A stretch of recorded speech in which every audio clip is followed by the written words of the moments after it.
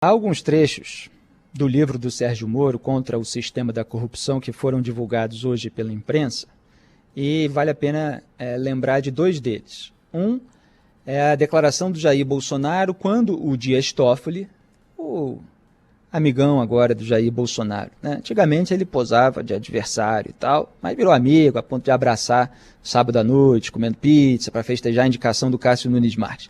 Quando o Dias Toffoli, repito, suspendeu todas as investigações do Brasil baseadas em dados do COAF e da Receita, Jair Bolsonaro celebrou, porque a investigação sobre o Flávio Bolsonaro era baseada em dados do COAF.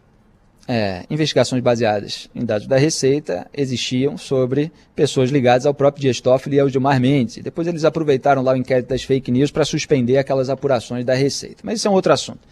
Jair Bolsonaro celebrou a suspensão da investigação do Flávio Bolsonaro e disse para o Sérgio Moro que se não é para ajudar, não atrapalha. Aquela decisão do Dias Toffoli, ela colocava em risco todo o sistema de prevenção contra a lavagem de dinheiro no Brasil. Você precisa de relatórios do Centro de Controle de Atividades Financeiras que apontam as movimentações bancárias atípicas para você pegar aqueles bandidos, ladrões, corruptos, mas também traficantes, milicianos, bandidos armados, inclusive, que movimentam a grana que roubam. E aquilo era importante, você ter tudo isso de repente suspenso, como ficou, durante 4 meses até a decisão do plenário, era um risco. E, naturalmente, o Sérgio Moro defendia uma posição contrária a essa e poderia ter vindo a público para falar.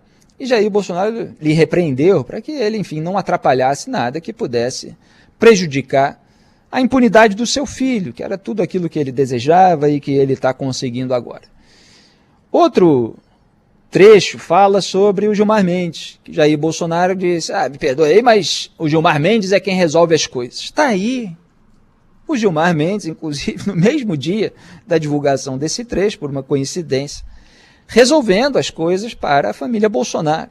O Gilmar Mendes engavetou esse recurso do MP contra o foro privilegiado retroativo do Flávio Bolsonaro durante mais de um ano. Fez aniversário na gaveta do Gilmar. E aí depois o Cássio Nunes Marques assumiu a presidência, o Gilmar pautou, já sabendo que o Cássio Nunes Marques não ia botar e tal, engavetou também. Ficou mais um tempo engavetado, são 16 meses na gaveta. E aí foi pautado agora, olha só que coincidência, depois que o Superior Tribunal de Justiça fez o trabalho sujo de anular a quebra de sigilo, anular a prova, suspender o caso e falar que se o Ministério Público do Rio de Janeiro quiser tocar isso adiante, vai ter que fazer uma nova denúncia.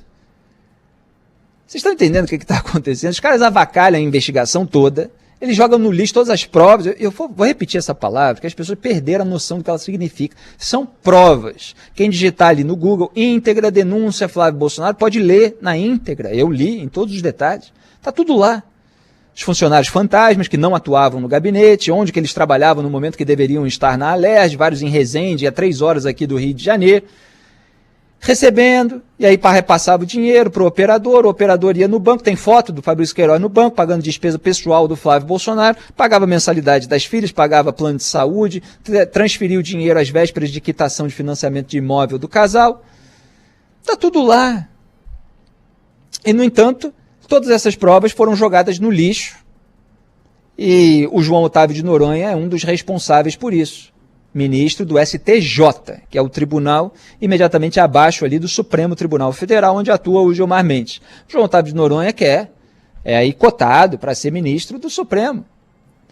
Arthur Lira, que é aliado do Jair Bolsonaro, ele defende lá uma PEC que aumenta a idade mínima para que magistrados possam ser indicados ao STF. Por quê? Porque o João Otávio de Noronha e o Humberto Martins, que é outro do STJ, já fizeram 65 anos, então eles não poderiam. Só que aí a PEC aumenta para 70, aí eles passam a poder. Se Jair Bolsonaro for reeleito, é esse tipo de gente que ele pode colocar no Supremo Tribunal Federal, gente que blinda a sua família. Parece que a gente está assistindo a uma temporada de competição para ver quem agrada mais ao Jair Bolsonaro em termos de blindagem da sua família. Então, depois de tudo isso, aí, olha só que coincidência, ouvinte.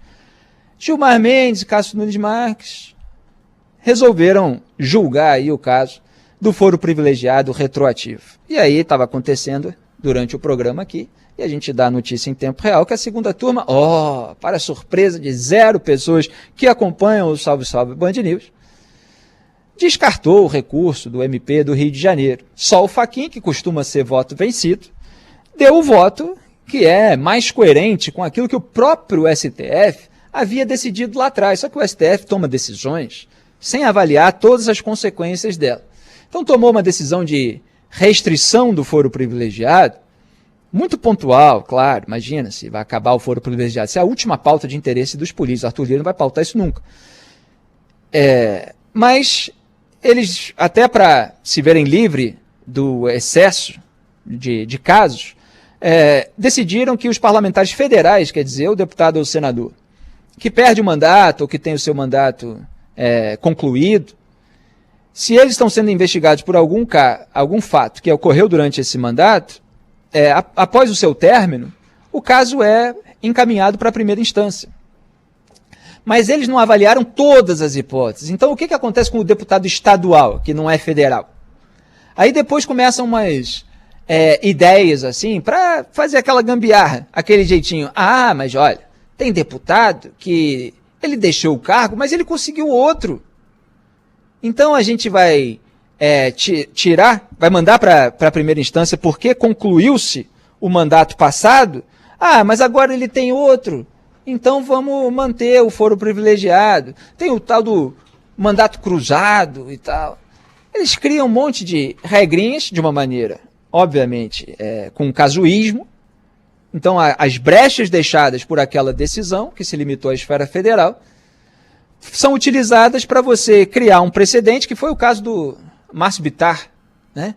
Que era um deputado federal, que mudou ali de casa legislativa, e aí se abriu um precedente para que o caso do Flávio Bolsonaro, que era deputado estadual, virou senador, pudesse ter esse fim, que é manter o foro privilegiado dele, porque ele virou senador, mesmo ele não sendo mais deputado estadual. Ele vai ter o foro privilegiado de deputado estadual, que ele não é mais. Tá? Lá no órgão especial do Tribunal de Justiça aqui do Rio de Janeiro. Esse é o foro privilegiado de deputado estadual, que ele conseguiu mesmo com o seu mandato concluído. Mas, ele virou senador, então dá um foro retroativo para ele. Não tem lógica nenhuma, não tem coerência nenhuma. São maneiras que eles encontraram de aliviar a barra desse grupo, que obviamente se calou enquanto Gilmar Mendes, Ricardo Lewandowski passavam a boiada deles. Enquanto eles aliviavam para o Lula, aliviavam para os tucanos, aliviavam para o Arthur Lira, para a turma do Centrão. Isso tudo é o que eu chamo de frente ampla pela impunidade. O Flávio ficou pendurado aí, enquanto o seu caso era varrido para debaixo do tapete. Agora, enfim, todos já conseguiram se salvar, salva-se o Flávio também, está aí, eleição de 2018, cada um livre para falar o que quiser aí durante a campanha, mentir para a população, posar de inocente, posar de quem nunca fez nada, não aceitou nada, não tinha esqueminha nenhum. E beleza, já que era uma coisa um tanto generalizada, é claro que não são todos os políticos, mas eram muitos, de vários partidos, aí libera geral e pronto, está aí concluído tudo aquilo que no meu trabalho não foi o único não. Vários jornalistas independentes que não são claque de corrupto, de lavador de dinheiro, de qualquer político que passe pano para isso, apontamos todos, desde o começo, etapa por etapa, desse desmantelamento das ferramentas, dessa criação de regras que são aplicadas para trás. Quer dizer, não tem como o juiz saber que lá na frente vai ser alterado, por exemplo, a ordem das alegações finais, questão de competência, que tem casos que envolvem Brasília, Curitiba, Rio de Janeiro e tal. Aí o cara chega, o caso é julgado na primeira instância, segundo o STJ mantém e tal, o Supremo fala, não, isso aqui devia desde o começo ter sido julgado em outro órgão.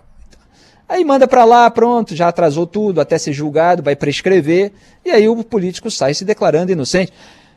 É uma série de mecanismos que foi criada justamente para propiciar isso que a gente está acontecendo. E Cássio Nunes Marques, me corrijam aí se estiver errado, né? Segunda turma, Fachin vencido, imagino que é Gilmar Mendes, Ricardo Lewandowski e Cássio Nunes Marques. Isso. Que eu não vi aqui o voto dele. Fábio França, se puder aí, a produção, Reni, só para confirmar que o Cássio Nunes Marques votou para isso também. Sim. Gilmar, foram os três, né? Pois é. E Nunes Marques. Nunes Marques, senhoras e senhores, foi indicado pelo próprio Jair Bolsonaro. Ele ajudou a criar lá o precedente, no caso do Márcio Bittar. Ele está aí para salvar a família Bolsonaro. É esse perfil que Jair Bolsonaro escolhe para o STF. Esse é o perfil do André Mendonça, esse é o perfil de qualquer outro que eventualmente suprir a vaga do Mendonça, se o Mendonça não for aprovado na sabatina, que o Davi Alcolumbre atrasou muito para pautar, ou qualquer outro que possa vir numa eventual reeleição do Jair Bolsonaro, ou se a alteração na PEC da Bengala, que não deve prosperar, passar para ele poder nomear mais ministros. Esse é o perfil. Aí ele vende como outra coisa.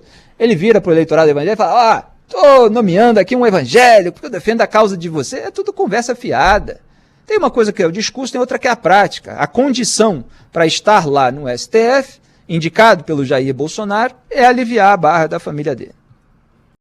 Só completar meu comentário sobre a Frente Ampla pela Impunidade, veja que curioso. Gilmar Mendes e Ricardo Lewandowski votaram junto com o Cássio Nunes Marques, indicado pelo Jair Bolsonaro, para aliviar a barra do Flávio. Sendo que antes, o que tinha acontecido? O Cássio Nunes Marques tinha votado não só para manter o julgamento que declarou o Sérgio Moro suspeito, lá naquele caso envolvendo o Lula, como também votou recentemente o Cássio Nunes Marques, indicado pelo Jair Bolsonaro, repito, pelo desbloqueio dos bens do Lula, junto, evidentemente, com Ricardo Lewandowski, que foi indicado pelo Lula e vota a favor do padrinho político sempre. E eles dois, Cássio Nunes Marques e Lewandowski, votaram junto com Gilmar Mendes para aliviar a barra do tucano Eduardo Azeredo, por exemplo, condenado no mensalão do PSDB em Minas Gerais. Então você tem essas composições, né? Um vota para aliviar a barra do partido, do membro do partido, do presidente que indicou o outro. E assim vai indo. Todos vão se libertando, todos vão ficando impunes. É isso que está acontecendo no Brasil, né? Com orçamento secreto ainda agora. De repente eles nem precisam mais, né? Agora é só pegar do orçamento. Muito